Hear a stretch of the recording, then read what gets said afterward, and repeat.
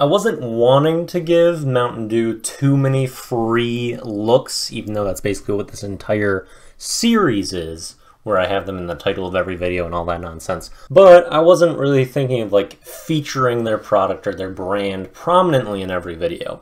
However, it's kind of related to the word that we are going to be changing today, and my parents just got me this like a couple days ago, and it was just a fantastic gift. Great job, Mama and Papa Whip.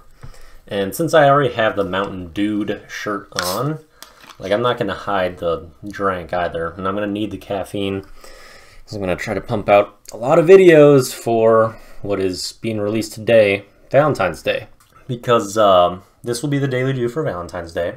And then I will also be uploading a legendary Apex pickup lines video, where it's just like a bunch of pickup lines using puns from the game Apex Legends. That one should be great. Obviously another Valentine's themed thing there, but I have a lot of work to do on that, and I also haven't started this one. Now, as for the word that we'll be creating today, it is kind of another one that just pertains to my situation, but I think has sweeping relatability and just importance in people's life as well. So I'll just tell you the term first and then kind of explain what it defines and what it describes after. The word that I will be creating is Mambalief. Mambalief is supposed to describe a genuine belief that you keep in yourself. So it's kind of like self-confidence, self-esteem. However, it is in the context of extreme adversity.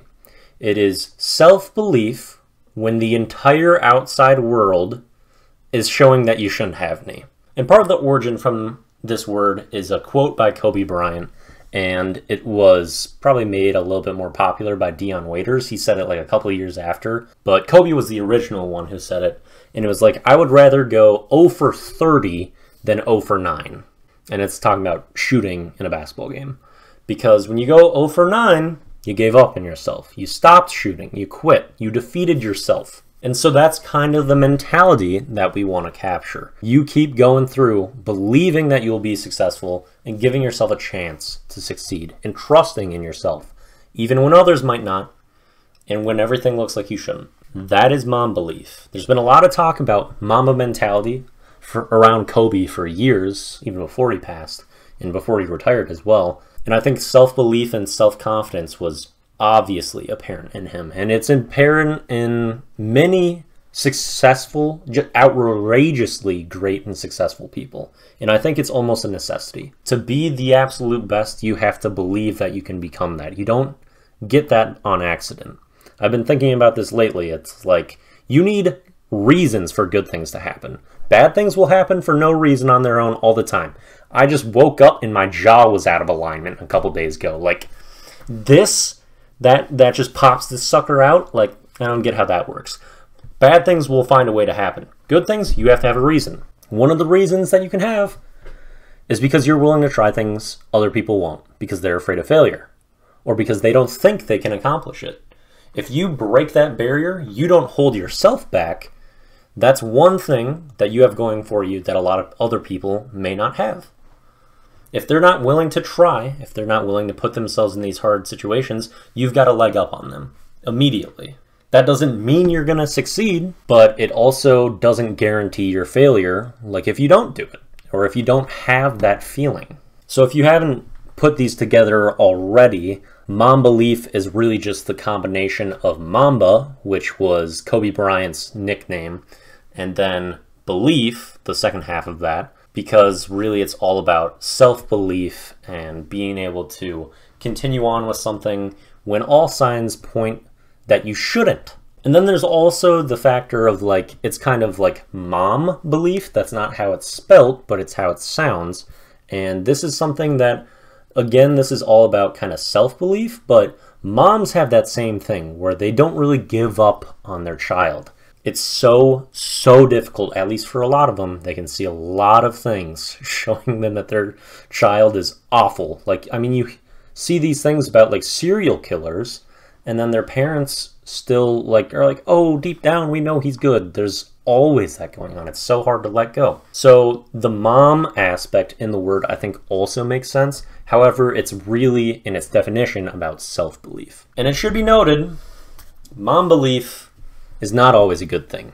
It can be detrimental to a person. If you're wrong, it can destroy you.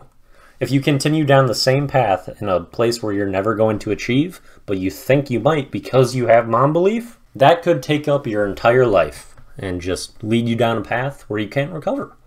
I mean, there can be serious repercussions from Mambalief, because the way I see it, it's almost like delusion. I mean, when you have Mambalief, you are in a state of delusion. You don't see things the way everyone else does because you think you can accomplish more. Sometimes you're right, sometimes you're not. It's hard to know if that delusion is going to pay off, if it's going to be a good thing, but it can have value. If it's really something you care about, you want to accomplish something, you want to do something great, you almost have to have it. If you decide, I'm just going to do average, I'm going to do normal, people can be like, oh, I believe you can do that. Because most people can. It makes sense.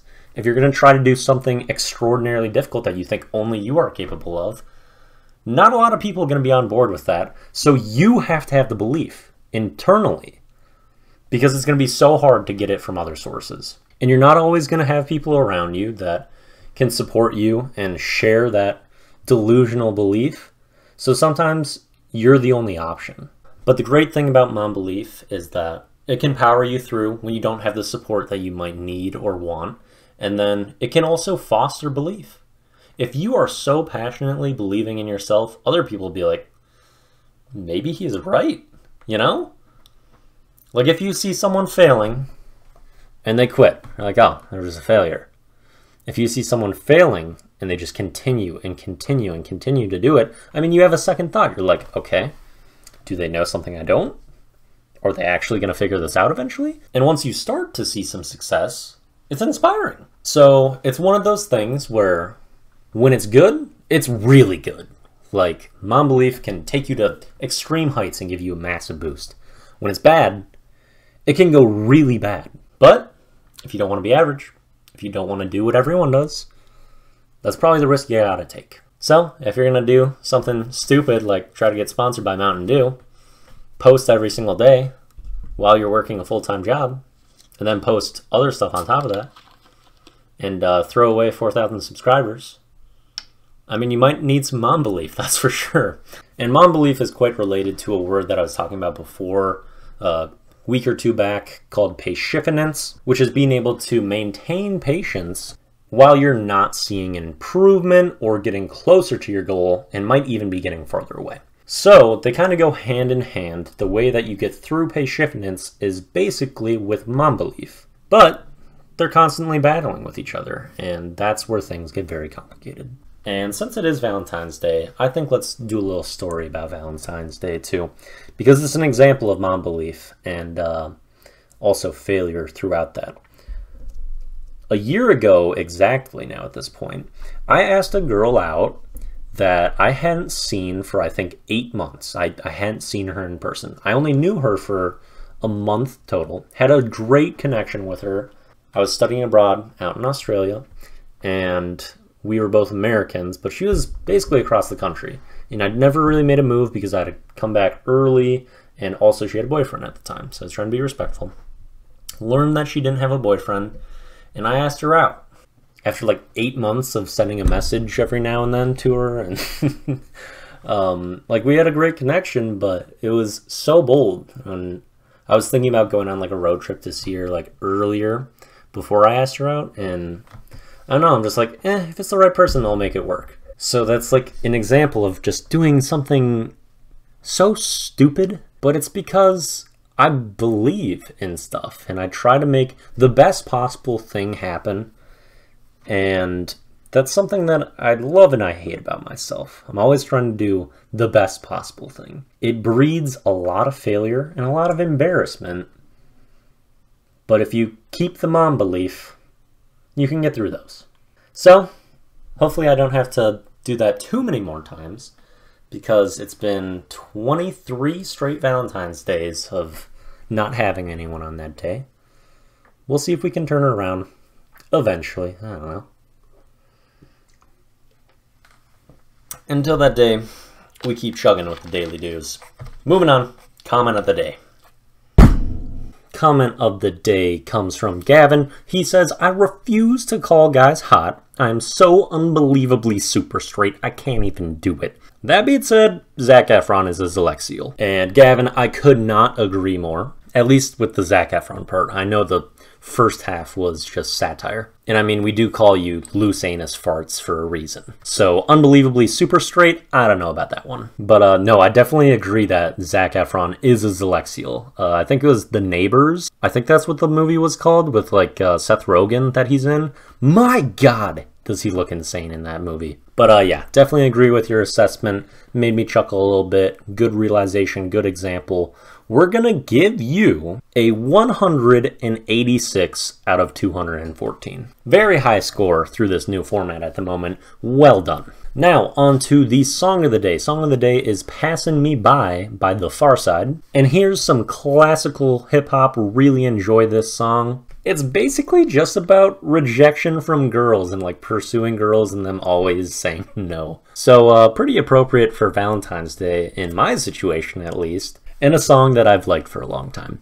Then for the video of the day, since we're talking about Kobe Bryant, Mamba mentality, Mambalief, we've got his top 40 plays of his NBA career. Extremely entertaining. I wasn't that much of a fan of him early on in my life, mostly because I was a LeBron and KG fan when I was younger, so Kobe's greatness was just frustrating to those legacies. But I appreciate him much more now. And that's going to do it for the Daily Do. I've got a whole lot of video editing ahead of me. Peace out. Encapsulating and capturing